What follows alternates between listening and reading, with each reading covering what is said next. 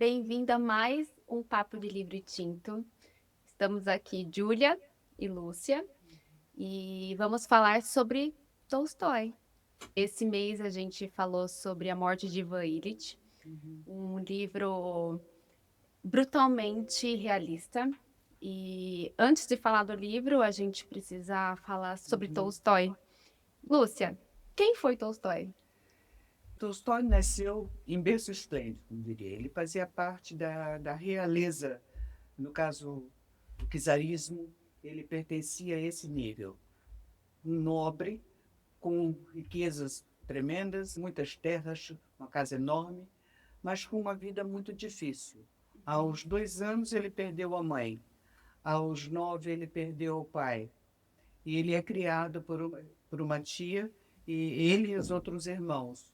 Então, essa questão de perdas, ele as teve desde cedo. E ele sente isso. Ele tem uma série de reflexões em relação à morte. Então, será que a gente pode dizer que Tolstói era um homem com muitos conflitos pelas suas perdas? Sim, porque isso vai num crescente. Ele, depois, na adolescência, como todo jovem, ele vai pela linha da boemia, ele começa a jogar muito, ele tem muitos prejuízos e precisou de vender parte dos bens da família para poder quitar. E Tolstói tem um trabalho pessoal muito grande nessa sua reconstrução como pessoa. Ele começa a escrever um diário na qual ele se propõe a cada dia que ele não ia fazer mais isso, que ele ia conseguir, e ele não consegue, e ele torna a escrever. Então, ele tem uma busca desde cedo para aquilo que ele é considerado um comportamento inadequado. Então, ele tinha muitos vícios, muitas paixões, muitos excessos. Ele, É, nascido num berço aristocrata, uhum. ele tinha muita facilidade De em... ter tudo isso, mas poucos refletiam. E ele é um camarada que reflete sobre essa situação. Ele não aceita isso como algo adequado. E que momento da vida de Tolstói ele começou realmente a se dar conta que talvez a vida que ele levava, com esses excessos, talvez fosse inadequada para o tipo de ser Eu, humano que ele eu gostaria de acho ser? que quando ele decide se casar, né, ele já vem num processo, ele se casa aos 34 anos, ele sabe que aquilo tudo era totalmente inadequado. E ele quer uma vida totalmente diferente. E o que eu achei muito lindo, que ele casou-se com uma moça, ele tinha 34 e ela 18, uma diferença muito grande. E ele entrega para ela, antes do casamento, todos os diários dele, com que diziam todas as falhas dele. Ele guardava um diário, Ele então, ele tinha, escrevia ele muito, ele sempre escrevia escreveu. esse diário sempre, e ali ele tinha o seu íntimo. Uhum. E, inclusive, que ele tinha uma camponesa que estava grávida dele. E ele mostra tudo isso a ela. Ela se casa com ele, e ela também é uma escritora, ela é brilhante. Ela, aliás, abdica da carreira de escritora pessoal para ser auxiliar dele, a pessoa que editava seus livros e que compilava os livros e, inclusive, sugeria textos. A esposa A dele, então. esposa dele, a Uhum. Sofia. Ela também tinha diários e ele lia os diários dela e ela lia os diários dele. E eles têm uma vida totalmente compartilhada. Esses primeiros anos, onde ele escreve Ana Karenina, Guerra e Paz. Guerra e Paz, são momentos de muita proximidade. Até porque é ela que ajudava ele nessas questões. Exatamente. Além de mãe, quantos filhos? São 13 filhos, Filho. e desses 13 filhos, 8 ficaram vivos. Três morreram pequenos, mas ele perdeu um filho com 7 anos e uma filha com 30 e poucos anos.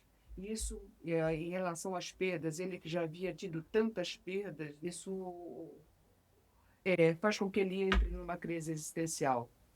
E falando da esposa dele um pouco, uma moça muito jovem, a gente está falando aí de 1800, Ele é de 1828. a gente está falando então de uma moça, na época muito jovem, Mas muito instruída, culta. muito instruída. E para as mulheres naquela época era mais Mas ela era diferencial. da elite também. Ela vivia na corte. Uhum. E outro, para que ele pudesse escrever, ela é que cuidava de toda a administração da fazenda e de todos os filhos. Ele não tinha que se preocupar com nada disso. A vida dele era a criação intelectual. Ela cuidava de todo o bastidor para que a vida dele pudesse estar tranquila. Maravilhosa, exato. Fantástico. E além de tudo, estava com ele nas escritas, Sim. corrigia, ou Ela já escrevia à mão, ela né? vai, assim, porque a letra dele ninguém conseguia ler. Só Olha ela só. conseguia ler a letra dele e colocar aquilo num texto normal. Eram arranjos. Por trás de um grande homem há sempre uma grande Uma mulher. mulher. Exato. Também o que machuca muito Tolstói, nessa fase, durante o casamento, ele participou de duas guerras, a Guerra da Crimeia e uma outra que eu não me lembro exatamente o nome, mas que todo possível romantismo que pudesse haver em relação a um ato heróico de uma guerra, para ele morre ao ele ver as pessoas mortas afundadas na lama. E aquilo para ele é verdadeiramente impossível de ver. Até porque um homem que teve muitas perdas, morreu o pai, a mãe, essa tia. Eu acho que para ele, uma pessoa muito sensível ele era. Eu acho assim, é aquele cara que está pensando sempre na vida. O distanciamento que foi havendo dele para com a esposa, ela teve que ficar presa ao dia a dia, à manutenção da casa, ao prato de comida Ao na operacional. mesa. E ele podia só lidar com a alma. Sim. E essa alma dele foi mudando. E ele tem essa crise existencial muito grande aos 50. Ele Eu era tô falando religioso? demais. Extremo. Ele foi criado dentro da Igreja Católica Ortodoxa e realmente ele seguia aquilo profundamente. Mas com essas mudanças, conforme ele vai vendo a situação do homem do campo, ele vai entrando em choque. E ele tem uma mudança total. É uma mudança que ele passa a ser um pacifista a ponto de não admitir que se mate nenhum animal para se comer. Ele acha que a gente tem que se vestir, e todos tinham que se vestir como um camponês, produzirem aquilo que iam comer. Ele defendia uma vida mais simples, mais verdadeira, Mais uma vida mais simples, coerente. e tem um livro que ele escreve nessa época, O Reino de Deus está em vós. Ele tem toda uma busca espiritual. E essa busca e essas falas dele fazem ser excomungado da Igreja Ortodoxa. O reino de Deus está em vós. E aqui, com esse livro, tem uma situação muito interessante, porque isso se dá no último ano de vida, 1909. Gandhi está ainda no trabalho dele na África do Sul, e ele lê esse livro e ele fica encantado com a linha pacifista e com a maneira de Gandhi, de Tolstói colocar como a vida devia ser levada, que ele escreve pedindo autorização para poder usar parte dos livros. Estamos falando de Mahatma Gandhi. Mahatma Gandhi. Ele como um jovem, pega o material de Tolstói, Olha que ele já tinha uma linha pacifista e encontra na escrita de Tolstói, na proposta de Tolstói, a complementação dessa linha de trabalho. Então, Tolstói, ele foi referência para Gandhi jovem. Exatamente. Gente, E ele muito se mantém em impressionante. correspondência. A última carta de Tolstói para Gandhi são uns 2 meses antes dele morrer. Ele encantado com o trabalho que Gandhi estava fazendo. Gente, Rússia e Índia, naquela época, por carta, só faltava ser tambor, mas eles, quando as coisas têm que ser... E é engraçado, a gente descobriu esse dado, essa referência no nosso processo de ler o livro do Clube do Livro. Nos nossos encontros, desconhecíamos. Muito bacana. E agora estamos com a nossa cofundadora, Ludmila. Bem-vinda, amiga. Muito obrigada. Para recapitular um pouco, falamos aqui da vida de Tolstói, falamos sobre o nascimento, sobre a vida dele de adolescente, com os excessos, falamos sobre o casamento, falamos sobre Gandhi, e agora a gente vai falar um pouco mais sobre a Sofia, que é esposa, a gente também comentou um pouquinho dela, e uma mulher incrível. Quem foi Sofia? Vamos trazer para nossa amiga aqui. Bom, Sofia Antes de falar sobre ela, eu queria apontar uma coisa. A Sofia, ela ficou durante muitos anos vista como uma mulher cruel, uma mulher materialista. Eu acredito que essa imagem foi criada até pelos discípulos de Tolstói, principalmente o Vladimir Chertkov. Então, a Sofia, ela foi aquela mulher que foi uma secretária, ela era uma escritora antes, ela abriu mão, ela escrevia à mão os manuscritos do Tolstói, e como ela conhecia muito o Tolstói, sua alma, sua essência, ela fazia uma edição espetacular. Eu vi algumas edições que ela fez, tem muitas partes riscadas e ela escreveu por cima.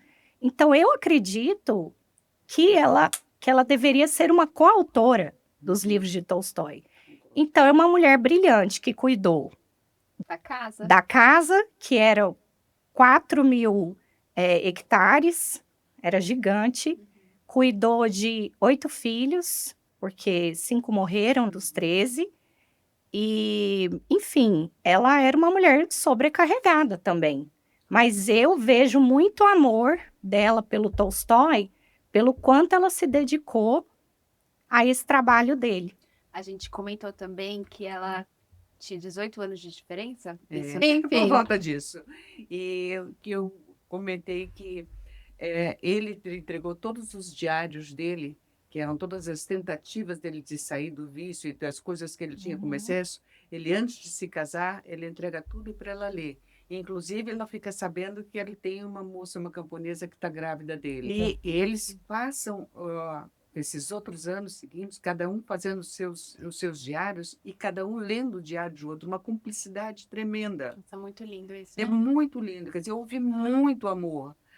O que os distanciou foi que ela teve que viver com a vida prática, operacional, pôr a comida no prato. Cuidar de todos Todos os dele. dias. E ele pôde tratar essa alma. Estávamos numa época da Rússia, ele morre 10 anos antes da queda do czarismo. A situação do povo, do camponês, era muito cruel.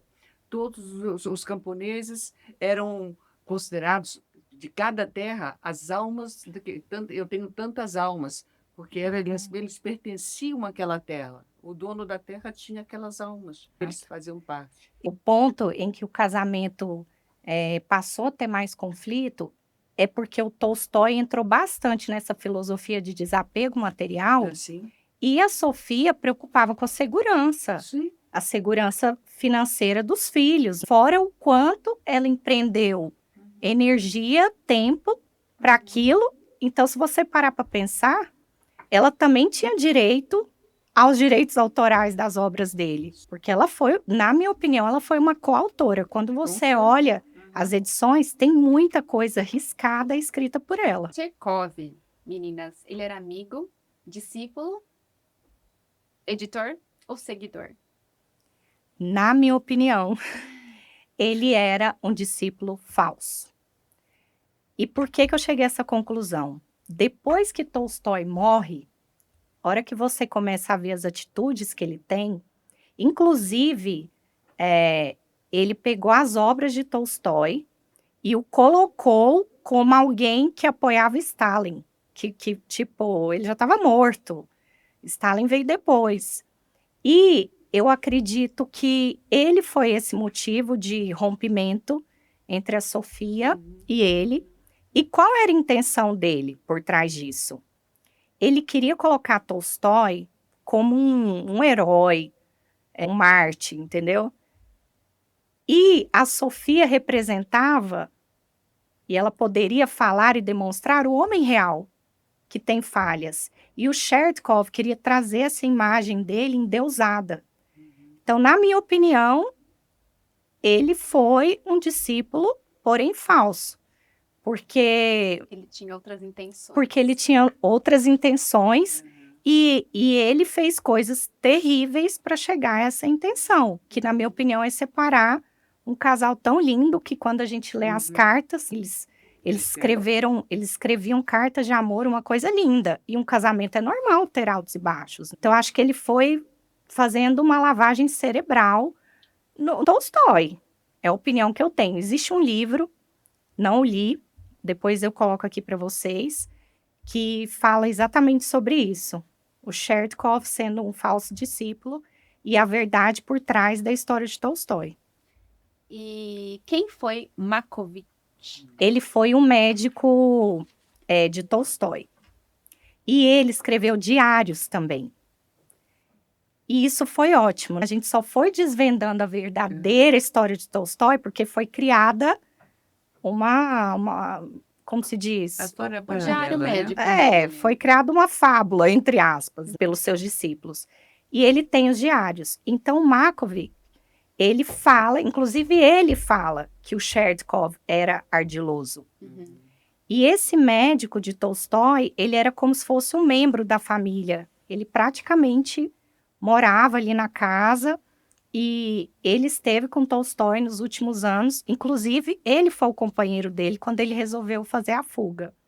Mas alguns críticos acham que, pelo fato de Makovich ser também um tolstoiano, que são esses discípulos, ele também Escolheu um lado. escolheu um lado. E fala pra mim, já que você comentou sobre a fuga, quantos anos ele tinha quando ele fugiu de casa? Gente, 82 anos. Fala pra Quem mim. foge de casa aos 82 anos? Mas é muito legal. E ele fugiu de quem? Da Sofia? Da família? Do que ele fugiu? Ele fugiu da possibilidade de acharem o testamento que ele escondia. Ele tinha feito um testamento depois do que ele havia combinado com ela, um testamento onde ele dava tudo. Então ele foge com essa documentação quando ele percebe que ela está procurando por esse material na casa. E quem que foi com ele? Um senhorzinho de 82 anos fugindo. Quem acompanhou essa aventura? O médico. E a filha. E a filha. Só que a filha foi um pouquinho depois. Foi uma coisa meio fuga mesmo, fugiu. O médico e ele foram. Depois desse episódio, acho que foi o estopim para ele, quando a mulher estava ali vasculhando, procurando um testamento. Mas, fazendo uma interpretação diante de toda a história de vida dele, ele entrou num conflito tão grande entre essa pessoa que ele gostaria de ser, que era tudo que ele pregava e escrevia, e a vida real. Porque ele era um aristocrata, ele tinha uma família que dependia também do dinheiro, das entradas. Então, eu acredito que ele estava fugindo de tudo aquilo que representava para ele uma contradição ao que ele pregava. Então, assim, a instituição, casamento, família, apesar que eu acho que ele amou muito a esposa, não permitia seguir o que ele queria seguir. Então, como que ele vira, sei lá, um camponês? Era impossível, mas se parar para pensar, acho que era isso que ele queria.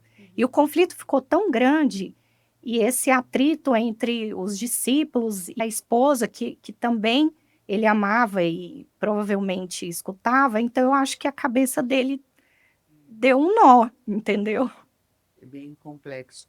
Eu li que essa questão dos diários, elas continuaram por muito tempo, mas eles daí começaram a ser usados como agressão. Então, um falava o que queria dizer para o outro, através do outro lia aquele negócio, e aquilo criava um clima na casa muito pesado. E ele fugiu, e daí como que ele morreu? Ele foi fazer essa viagem, dizem, não, é um fato que não está, assim, que não existe prova, não está concretizado, que ele iria até a casa de uma tia, algo assim. E ele pegou o trem.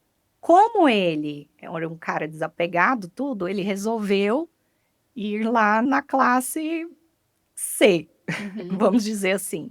E estava extremamente frio. E durante a viagem, ele pegou uma pneumonia. Inclusive, eles tiveram que parar no meio do caminho, e eles pararam na estação de Stapovo, e ele precisou ser socorrido ali mesmo. Inclusive, ele ficou lá na estação, num quarto. Na casa do chefe da na Na casa. estação ele Isso. hospeda, cede a casa para ele. Cede a casa e ele estava tão sem condição que não podia nem voltar para casa. Então, esse médico estava, a filha também. E começam a vir os jornalistas de todos os lugares, porque ele era um homem Ele já era notório. famoso já, E notório e já perseguido pela igreja e pelo czarismo. diferente Então, de Dostoiévski, ele foi já reconhecido em vida. foi, e ele era na nobreza e já estava falando contra a nobreza, querendo valorizar o homem do campo.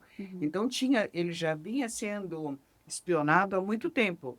Então, quando ele para lá, o governo fica sabendo que ele está, manda os peões, manda os guardas, e aquela multidão toda vai se formando, mas a multidão, quando ele acaba por morrer, o caixão e aquele povo enorme, esses guardas não têm coragem de fazer nada contra, nem de impedir, porque eles também estavam mobilizados pela pessoa de Tolstói.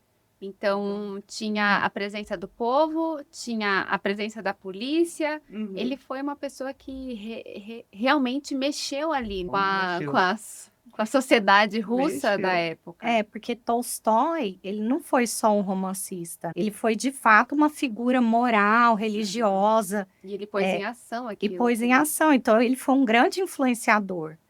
E para a Rússia, naquele tempo, eu acredito que era algo assim, que rompia toda aquela política que existia ali. Era o que as Czarista, pessoas né? queriam.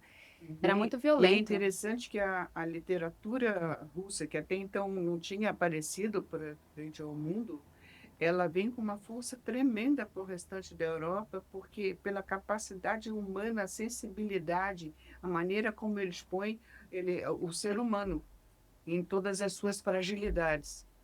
Antes, então, de Dostoiévski, não tinham outros escritores à altura? Russos, a gente sabe de Borges, uma coisa assim, que ele faz um trabalho mais de poesia, e que é uma grande virada na cultura russa, mas não se tem nomes marcantes. O movimento literário na Rússia, ele começa mais tarde. Começou bem tarde, então. Ele começou tarde, mas nós temos, assim, que aqui no Ocidente nós conhecemos, a gente tem o Nikolai Gogol, que não sei se você já ouviu falar, tem o Turgenev, e agora eu não vou me lembrar, mas basicamente nós temos 5 grandes autores russos e que são espetaculares. É que Dostoiévski e Tolstói ficaram um pouco mais famosos aqui, mas na Rússia esses 5 autores são gigantes, porém tardios. Eles são os mais marcantes. E eles falavam francês, liam em francês. Todo mundo, a corte falava francês. E você vê que Tolstói se corresponde com Gandhi em inglês. Vê que o Tolstói tranquilamente dominava o francês, o inglês. Ele tinha entrado, quando ele entrou na faculdade, ele ainda tinha ido para fazer línguas orientais, mas depois ele larga a faculdade. Tolstói não termina. E então a gente pode dizer que, olhando para Tolstói, agora que nós desmistificamos quem era o autor, fica mais fácil ou mais difícil de ler A Morte de Ivan Ilitch? Não, é outra visão. Aqui no podcast, a gente até fez questão de montar esse quadro da biografia, porque no livro tem vários pontos autobiográficos. A gente vai ver vários elementos. Então, por exemplo, aquele que está nos assistindo, ouvindo, se ouvir esse podcast antes da biografia, vai ler o livro com outros olhos. A esposa dele, no funeral, como que foi? Ela só pôde vê-lo depois que ele já estava inconsciente. A própria filha e os demais filhos, no intuito de que não perturbasse o pai, não permitiram a entrada dela. Provavelmente, aí o médico também, não sei se o Tchekov já estava nessa história, estava nesse momento. Tava. Ele que ficou com ele. Vê se pode, o Chertkov com ele, e a esposa não podia vê-lo. Só deixaram ver quando ele já estava inconsciente. Pode ser especulação, tá? Que eles ficaram com receio dele encontrar com a esposa ainda consciente e mudar de ideia sobre alguma coisa. Mas tudo é Especulação. possível. Vamos trazer Tolstói. Será que ele foi um gênio literário? Será que ele foi um homem atormentado? Um aristocrata culposo? A gente vai descobrir. Eu acredito que um pouquinho dos Um três. pouco de tudo. E principalmente um homem preocupado com a existência, pensando sempre em como ele estava agindo, se questionando sempre. E por isso tantas mudanças. Porque ele foi capaz de ver o mundo mudando e a si mesmo. É isso, muito obrigada. Muito obrigada. Muito obrigada, Lúcia, Lude. Muito obrigada por nos assistir até aqui. E nos vemos agora no livro A Morte de Ivan Illich.